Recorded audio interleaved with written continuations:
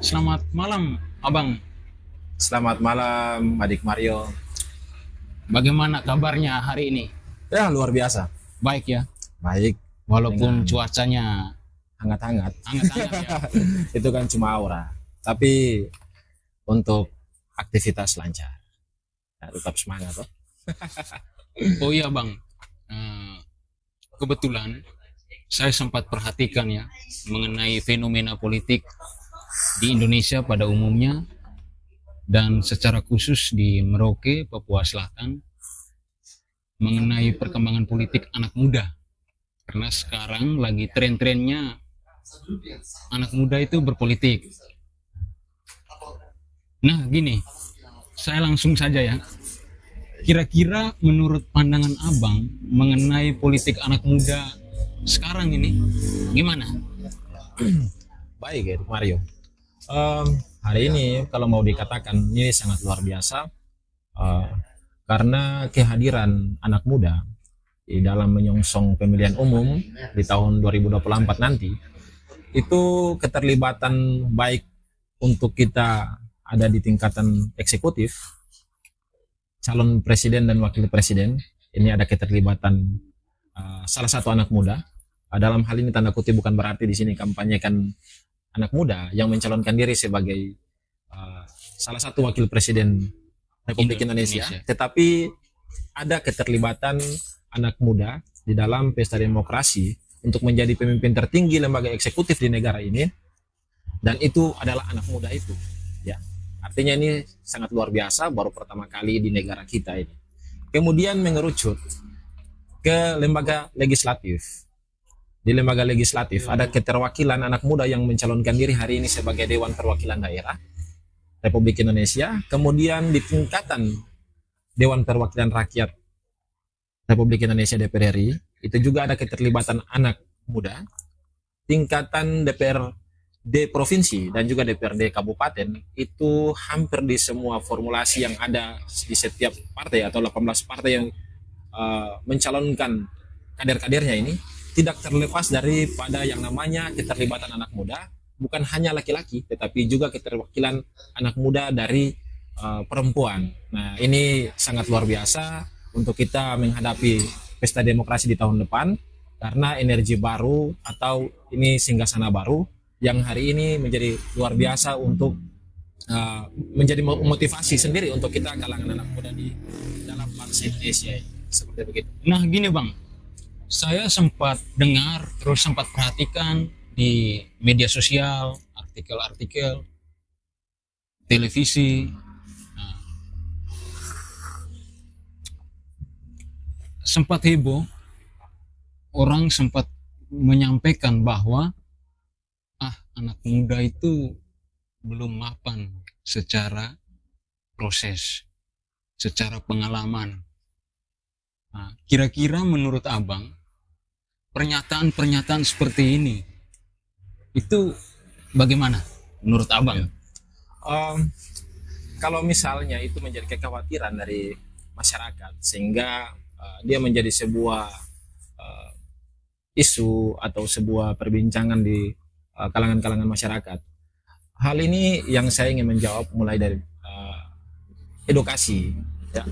Kita tahu bahwa misalnya dalam proses pemilihan umum ini untuk mencalonkan diri sebagai calon anggota legislatif yang dalam hal ini harus melalui partai politik. Nah, di dalam organisasi partai politik ini ada proses kaderisasi yang terjadi di situ. Ada pendidikan politiknya. Nah, ini kembali di dalam proses yang dijalani. Ya, ketika kita anak-anak muda ini terlibat, pasti kita melalui partai politik itu dan mengikuti pendidikan politik yang ada di dalam partai politik itu sendiri. Ya. Uh, Entah nanti itu pendidikannya seperti apa, karena setiap partai politik punya visi dan misi yang tentunya berbeda. Tetapi untuk pendidikan politik itu diwajibkan di dalam partai politik sesuai dengan amanat yang diturunkan oleh Undang-Undang Partai Politik di negara Republik Indonesia ini. Nah, kemudian juga ketika itu persoalan kualitas dan pengalaman yang dikhawatirkan oleh masyarakat, saya pikir tidak. Karena hari ini untuk menjawab perubahan, kita tahu bahwa dari kalangan anak muda itu sudah memberikan kontribusi besar di berbagai kalangan untuk perubahan yang terjadi di bangsa ini, baik itu untuk keluar maupun di dalam negeri ini sendiri. Ya, kontribusi ini salah satunya adalah kontribusi melalui bidang politik ini. Ya. Kita juga tahu bahwa hari ini ketika persoalan anak muda yang dikampanyekan ini menjadi semangat baru. Ketika yang lama-lama lah, kalau mau dikatakan yang dulu, senior-senior kita yang sudah lebih dulu menempati posisi-posisi ini, tetapi masih saja banyak persoalan yang terjadi. Ya, ketika kalau misalnya kita bicara tentang persoalan pengalaman, harusnya mereka lebih berpengalaman. Tetapi sampai hari ini masih saja banyak juga masyarakat yang kecewa, masih juga masyarakat yang banyak berteriak persoalan ketidaksejahteraan, masih juga banyak yang berteriak persoalan ketidakadilan. Nah, hal inilah yang mungkin menjadi perubahan. Hal inilah yang mungkin bisa diberikan dengan energi baru, dengan motivasi baru, dengan semangat baru, pikiran yang masih jernih yang dari anak muda ini, yang ingin dituangkan ke sana, yang ingin untuk mewakili masyarakat ini, yang ingin untuk mereka mereka mempunyai keterlibatan yang selama ini mungkin saja di lapangan mereka mendapati hal-hal persoalan ketidakadilan, persoalan ketidaksejahteraan yang terjadi ini, tetapi masyarakat berteriak untuk wakil mereka, tetapi belum bisa dilaksanakan. Mungkin ini menjadi motivasi bagi mereka untuk ke sana lalu bisa menjalankan itu. Walaupun nanti persoalan tingkat keberhasilan itu masih dipertanyakan, tetapi usaha semangat yang baru ini itu perlu untuk harus diakomodir begitu atau diperjuangkan. Berarti inti dari pengalaman itu adalah makna ya, bukan soal siapa yang memiliki pengalaman lebih banyak. Nah, ketika kita memiliki pengalaman yang banyak, tetapi dalam pengalaman itu kita tidak memaknainya, nah itu bisa dikatakan sama saja. Terus berkaitan dengan pengalaman, misalnya dari generasi muda, kita punya pengalaman walaupun sedikit, tapi kita juga bisa konstruksikan kan, rekonstruksikan pengalaman-pengalaman dari pendahulu kita yang keliru, atau misalnya yang di atas kita, yang mendahulu kita ada yang keliru, itu kan bisa menjadi acuan juga ya Bang ya. Siap. Jadi kalau misalnya memang persoalan pengalaman di dalam dunia politik itu menjadi kekhawatiran oleh masyarakat untuk nantinya mereka memberikan haknya mereka nih, hak politiknya mereka, itu saya pikir harus perlu lebih banyak lagi disosialisasikan ke masyarakat bahwa kehadiran anak muda di dalam dunia politik itu memberikan semangat baru atau itu menjadi harapan baru bagi dunia politik di baik itu secara nasional maupun sampai ke daerah-daerah. Pertama begini, karena kalau misalnya kita lihat kinerja, hari ini banyak yang mengkritisi persoalan kinerja daripada yang sudah lalu-lalu, yang sudah menduduki jabatan-jabatan itu. Nah, baik itu di lingkungan legislatif maupun di lingkungan eksekutif, ya. Tapi hari ini karena persoalan keterlibatan di dalam politik, dalam hal ini politik praktis, yang dimana kita lagi menghadapi momentum pemilihan umum besok. Nah, di dalam pemilihan umum besok ini ada pemilihan presiden, ada pemilihan DPD, DPR RI, DPRD, provinsi dan kabupaten kota. Nah, ini kenapa saya ulang? Karena ini untuk mengingatkan kembali, ya, mengingatkan kembali ketika kita keterlibatan anak muda itu sendiri di dalam situasi ini sudah seharusnya, karena ketika kita lihat kembali ke sejarah bangsa ini secara historis, ketika kita bangsa Indonesia lagi memperjuangkan diri, memperjuangkan negara ini untuk berdiri dengan kokoh terlepas dari yang namanya penjajahan, kontribusi yang paling besar dilakukan oleh pemuda Indonesia. Nah gini Bang, kebetulan saya ikuti Abang kan terjun ke dunia politik. Nah, kira-kira spirit apa sih? Spirit apa yang menggerakkan Abang sampai terjun ke dunia politik? Ya. Pasti kan ada spiritnya. Baik. Jadi untuk sepengetahuan adik Mario bahwa saya sendiri adalah seorang politisi yang terlibat langsung di dalam politik praktis. Dalam hal ini saya sebagai kader dari Partai Hati Nurani Rakyat di tingkat Dewan Perwakilan Daerah, tingkat provinsi saya sebagai anggota Partai Hati Nurani Rakyat, Partai Hanura. Nah, ini yang ingin saya sampaikan, bahwa apa yang menjadi motivasi saya untuk bisa hadir dalam partai politik, dan kemudian pada saat ini, hari ini saya mencalonkan diri sebagai anggota legislatif di tingkat provinsi. Nah, pertama, saya ingin lakukan yang namanya itu harmonisasi, ya, harmonisasi terhadap kepentingan rakyat ini. Ini yang banyak dibicarakan, yang menjadi pertanyaan dari banyak orang, yang masih banyak diteriaki oleh masyarakat di kalangan bawah. Ini persoalan hak dan kewajiban, ya. Sehingga yang saya utarakan kepada masyarakat, ini perlu adanya harmonisasi. Harmonisasi ini kita lakukan konsep yang namanya hak dan kewajiban. Masyarakat boleh melakukan kewajiban mereka, tetapi hak mereka tidak boleh 1% pun tidak boleh kurang, ya. Ini masih banyak persoalan ketenagakerjaan, masih menjadi persoalan sampai hari ini, gitu. Selain daripada kita turun ke lapangan dan ketemu dengan masyarakat asli di sini. Nah, masyarakat asli Papua ini mempunyai masalah yang kompleks, masalah terhadap perlindungan hak-haknya mereka. Masalah hak asasi manusia ini ketika kita bicara perlu kehati-hatian. Tetapi ini yang menjadi soal yang hari ini banyak masyarakat, bukan saja masyarakat asli Papua, tetapi masyarakat Nusantara yang lain pun yang tinggal di tempat ini masih mempunyai hal yang sama. Yang mungkin benturannya terjadi baik itu secara masyarakat asli dengan masyarakat Nusantara lain, atau sesama masyarakat asli dengan masyarakat asli. Nah, hal-hal inilah yang belum dijawab, belum mampu untuk dikawal, belum mampu diberikan solusi, ya. Persoalan hak-hak inilah yang selalu masih diteriaki oleh masyarakat. Nah, sehingga kehadiran saya di sini kebetulan karena kualifikasi profesional saya juga dari basic hukum. Berarti ya, Fakultas Hukum ya dulu. Fakultas Hukum. Saya alumni Fakultas Hukum Universitas Musa Mus Merauke, ya. Dan untuk sebenarnya pekerjaan sehari-hari sebagai konsultan hukum, sehingga banyak persoalan-persoalan hukum inilah yang selalu dihadapi, yang selalu diselesaikan melalui proses hukum yang dengan prosedur hukum dan juga peraturan perundang-undangan yang berlaku, yang selalu kita gunakan untuk membantu masyarakat yang selalu datang dan memberikan kita memberitahukan bahwa inilah persoalan mereka dan diminta untuk menyelesaikan itu. Berarti salah satu poin terjun ke dunia politik dalam hal ini maju sebagai legislatif itu bagian dari implementasi mengembangkan ilmu yang pernah didapat atau gimana? Ya, baik. Saya kebetulan dulu waktu kuliah di Fakultas Hukum Universitas Musa Mus itu konsentrasi saya hukum tata negara. Kemudian dari 3 lembaga yang dibilang tres politika, ini ada pembagian kekuasaan ini. Salah satu lembaga yang sangat saya tertarik adalah lembaga legislatif, ya.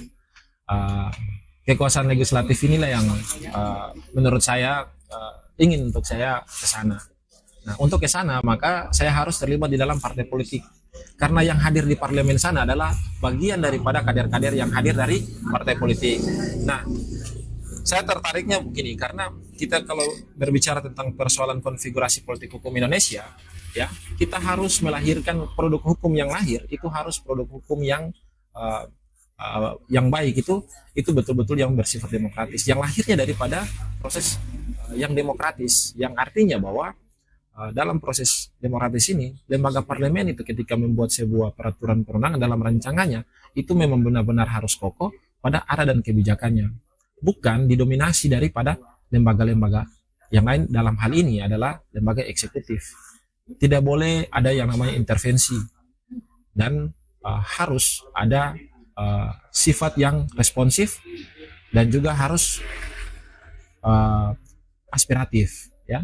Tetapi kalau misalnya kita lihat hari ini, produk hukum yang lahir ini sudah menjadi stigma di kalangan masyarakat atau masyarakat hukum, itu bahwa produk yang lahir ini berdasarkan produk-produk yang sifatnya dominatif, karena dia hanya mengakomodir sebagai segelintir atau sekelompok kalangan elit ya, baik itu secara peraturan perundang-undangan tingkat di yang produknya dilahirkan oleh uh, lembaga legislatif di tingkat pusat atau DPR RI, maupun sampai pada peraturan perundangan di tingkat daerah atau peraturan-peraturan daerah di tingkat provinsi maupun di kabupaten. Oh, jadi begitu ya Bang ya. Nah gini, kan Abang dulu ketika masih mahasiswa ya, ketika kuliah, pernah menjadi aktivis. Ya kan, Ya. backgroundnya pernah aktivis dan sempat menjadi pimpinan Ormawa, organisasi kemahasiswaan, Ya. yaitu sebagai Badan Eksekutif Mahasiswa ya, Universitas sebagai Nusantara. wakil presiden ya, Wakil Presiden Mahasiswa wakil presiden mahasiswa itu pada 2018. ya 2018 ya. Nah gini Bang, saya sempat mengambil satu kutipan dari seorang prof. Dia mengatakan begini, kebetulan Abang ini aktivis ini saya kontekstualisasikan apa yang prof ini sampaikan.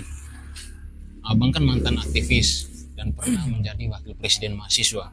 Nah, prof ini dia mengatakan, dalam sistem yang buruk, ya, malaikat pun ketika dia masuk dalam sistem yang buruk, dia akan menjadi setan. Nah, Abang tahu sendiri kan, aktivis itu dia memiliki nilai-nilai perjuangannya, idealismenya. Nah, kira-kira menurut Abang ini gimana mengenai kutipan yang saya ambil ini dari apa yang disampaikan oleh Prof ini? Dalam sistem yang buruk, malaikat pun ketika masuk ke dalam sistem yang buruk akan menjadi setan. Iya.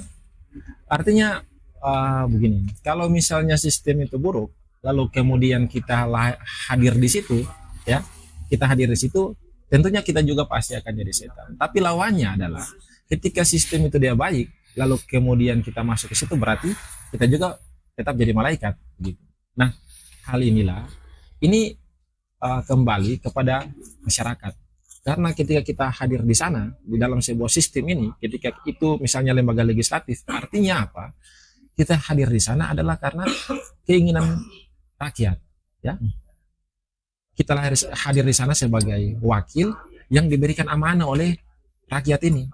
Nah, kalau misalnya memang rakyat itu sudah memberikan amanah itu, ketika kita sampai di sana, sistemnya itu lebih dulu kita hadir di sana, ketika itu waktu sebelumnya ada diisi dengan setan-setan, kalau dalam hal ini seperti yang tadi saya sampaikan, atau sistem yang buruk ini, maka ini harus dirubah, ya.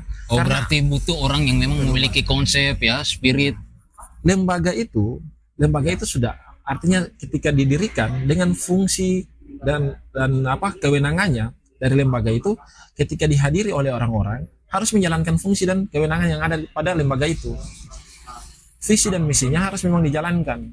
Nah gini Bang, Tapi kalau misalnya buruk itu terjadi, ketika itu tidak dijalankan, tetapi melakukan sesuatu sesuai dengan keinginan dan kehendaknya sendiri. Nah, ini yang menjadi soal, begitu. nah gini Bang, saya tertarik sih dengan apa yang Abang sampaikan.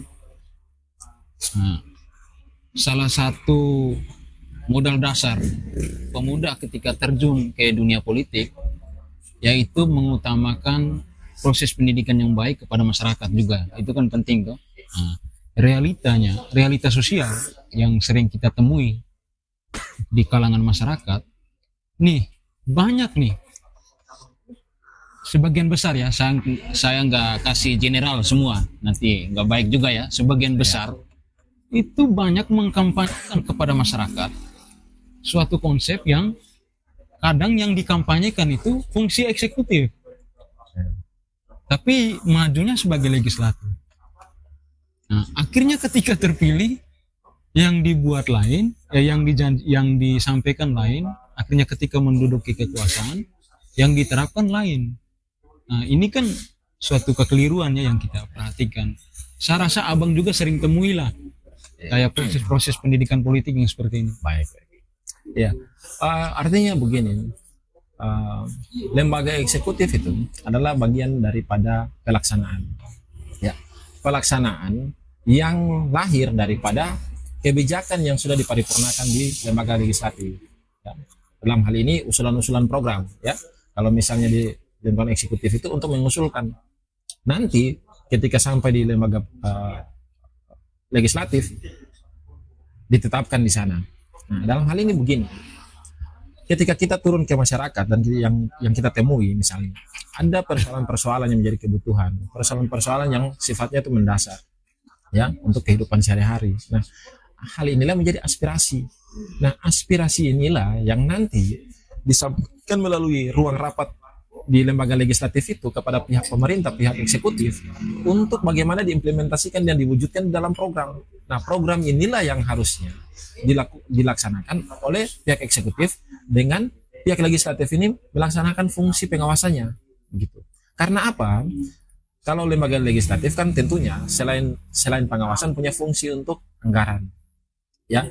Nah, yang kita tahu bahwa dalam hal ini kebijakan itu memang betul-betul harus mengkoko di parlemen ya, bukan kalau misalnya yang tadi saya sampaikan dikhawatirkan ketika ada intervensi maka itu bisa menjadi yang namanya tadi otoriter, dia tidak demokratis ya, artinya bahwa kepentingan satu pihak saja yang diakomodir, bukan kepentingan secara menyeluruh untuk masyarakat.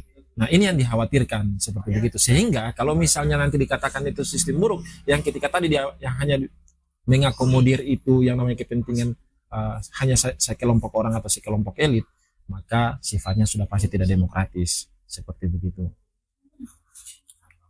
Oh ya Bang, ini dalam dari apa yang Abang sampaikan ya, saya teringat dari apa yang disampaikan oleh seorang filsuf dari Yunani, itu namanya Om Plato ya. Beliau menyampaikan bahwa kekuasaan itu, ini kita kan diskusi tuh nggak apa-apa. Baik, lanjut. Kekuasaan itu kan sarana untuk mewujudkan keadilan, Ya, jika memang anak muda bisa berpartisipasi dalam politik ya, dengan didasari spirit untuk mencapai suatu keadilan, ya, that's no problem ya, kan tidak menjadi masalah.